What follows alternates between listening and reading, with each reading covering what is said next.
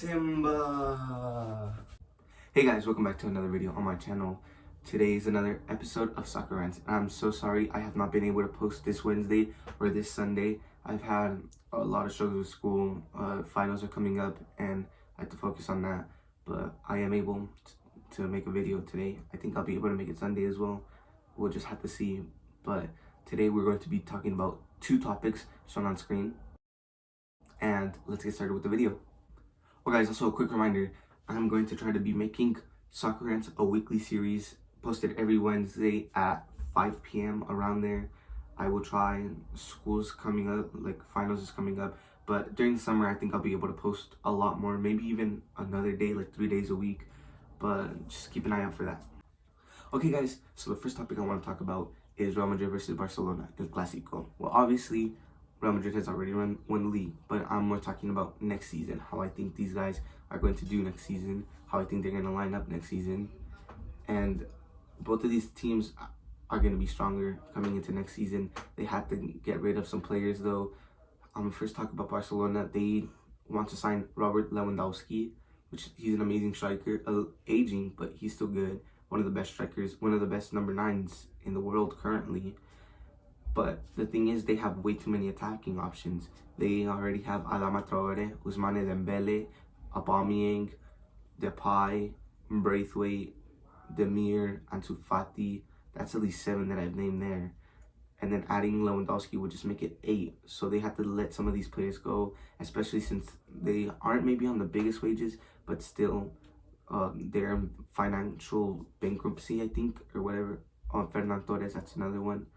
There's just too much players in the attack, and also they want to get rid of, I think, Frenkie de Jong. Well, they don't want to get rid of, but they need to get rid of him for money, and they're bringing in Kessie already on a free, but I don't think they should let go of Frenkie de Jong. He's one of the best midfielders in La Liga, maybe in the world even.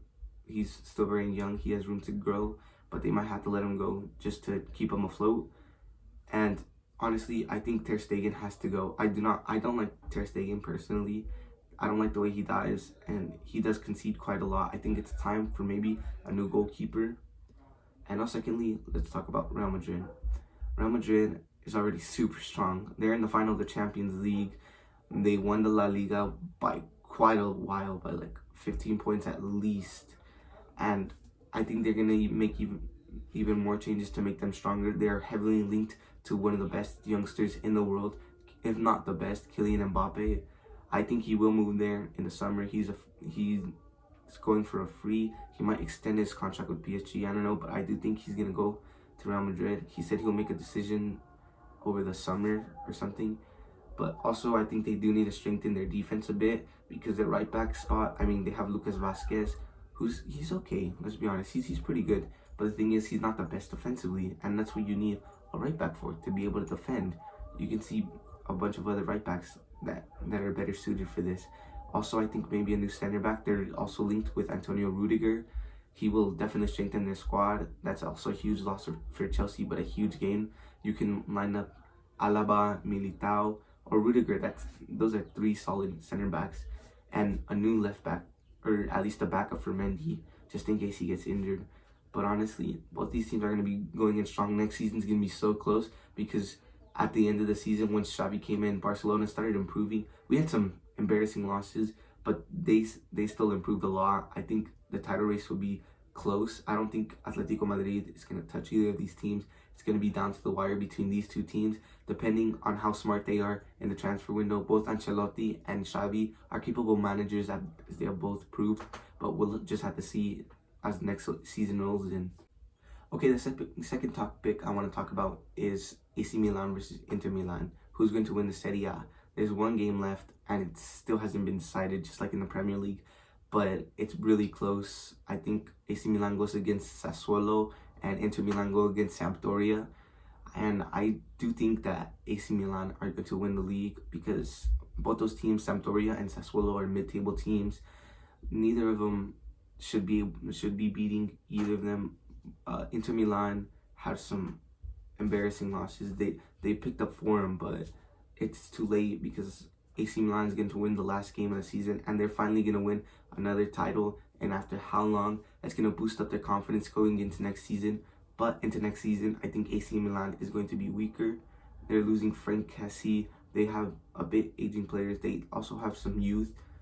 But honestly, like Tomori and Mignon, but I think they will be a little bit weaker into next season. I don't think they're going to win it again like they will this season. I do think that they will win it, but not next season. Inter Milan, it's a bit of a tough one. They have aging players. They want to let some players go. They also have some young players. The thing with Serie A is they have a bunch of old players, and a lot of them are leaving, like Lorenzo Insigne and Chiellini, which is going to make way for more young players to break in. But next season is going to be very interesting for the Serie A. I genuinely have no clue who might win it, because last season it was Inter Milan, which came as a huge shock. Juventus hasn't been doing good. They did sign Vlahovic, which is a strong signing. I mean, maybe he hasn't done as well as I thought he would. I thought he'd like bring them all the way at least to like top 3 and like absolutely bang everybody, but they're not winning too much. So honestly, I can't say much, but I do think AC Milan is going to win it this season. Inter Milan might win it next season. It depends on their signings, honestly. They are losing, AC Milan are losing Frank Kessie, one of their strongest midfielders. If they can replace that, then that's amazing. They are also linked with Christopher Nkunku, one of the best midfielders in the world. He has 31 goals and 20 assists at the time of this recording. Okay guys, just for you, I'm going to be giving you a third topic to talk about. Just because I haven't been able to record last Wednesday or last Sunday, I'm going to be talking about the Premier League. Honestly, wow, like it's really heated up. Manchester City are going to win though.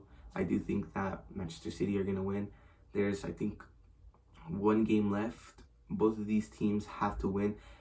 Manchester City going against Aston Villa. I forgot who Liverpool goes up against. I think it's Wolves. And I do think both these teams are going to win. Man City dropped points against West Ham, which could have won Liverpool the league if they hadn't dropped points against Tottenham. They should have won. That was a must-win game. All of these games have been must-win, and both of these teams have dropped points. Liverpool did not take advantage of the fact that Man City dropped points against West Ham. If they did, they would have gone to first place and won the league. But because they tied, they're not going to win it. Manchester City are not going to drop points against Aston Villa. They're in the bottom half of the table. They haven't done maybe the best. They haven't been too bad, but they also haven't been that good. Let's be honest. Like their best moment in like the past 2-3 years is the 7-2 against Liverpool. They haven't done too much to show that they're going to beat Manchester City though. And also Wolves, they aren't going to be much of a challenge to Liverpool. But that's the title basically decided. Again, like this is to the last day of the season, just like AC Milan versus Inter Milan. But it's going to be Manchester City that's going to win it.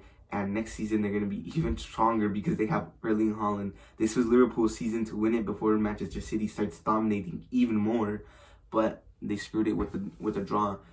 I don't know where Liverpool can improve. Pretty much their attack is set for next season. They have Mane, Salah, Jota, Luis Diaz. Amazing attacking options. They have, in my opinion, the best right back in the world. They also have maybe the best center back in the world. They have another solid center back in Joel Matip, a good defense. Maybe their midfield, they can improve a little bit more, yeah. But their goalkeeper is also really good. I think the only positions that Manchester City need to improve in are their striker, which they already have with Haaland, and their goalkeeper. Because I'm sorry, but Ederson is overrated in my opinion. He's a very good passer, but at saving the ball, he's not very good. Let's be honest. He makes a lot of goals that have gone in. He could have very easily saved. I think Alisson would have saved. De Gea would have saved. These other good keepers would have saved, but he's not saving them. He concedes a lot. He's just very lucky that his defense are there for him. If you put him in that Manchester United squad, they're finishing 8th or 10th. But because they have De Gea, a reliable, good goalkeeper, they are where they are. But because he has Ruben Dias and Aymeric Laporte, Joao Cancelo, Kyle Walker, he's been able to keep so many clean sheets. But they need to improve that goalkeeper spot. At Liverpool, they need to improve the midfield for next season if they want to have a chance at winning the league. Okay guys, thank you so much for watching this video. Again, sorry I haven't been able to post in the past week. I've been very busy with finals from school. I'm going to be trying to post this Sunday. I have already recorded this video for Wednesday, so there's no reason it shouldn't come out. I'm going to be making these posts at 5 p.m. Pacific time. And that's all I gotta say. I've already said everything at the beginning of the video. And I hope you guys have an amazing day. And peace.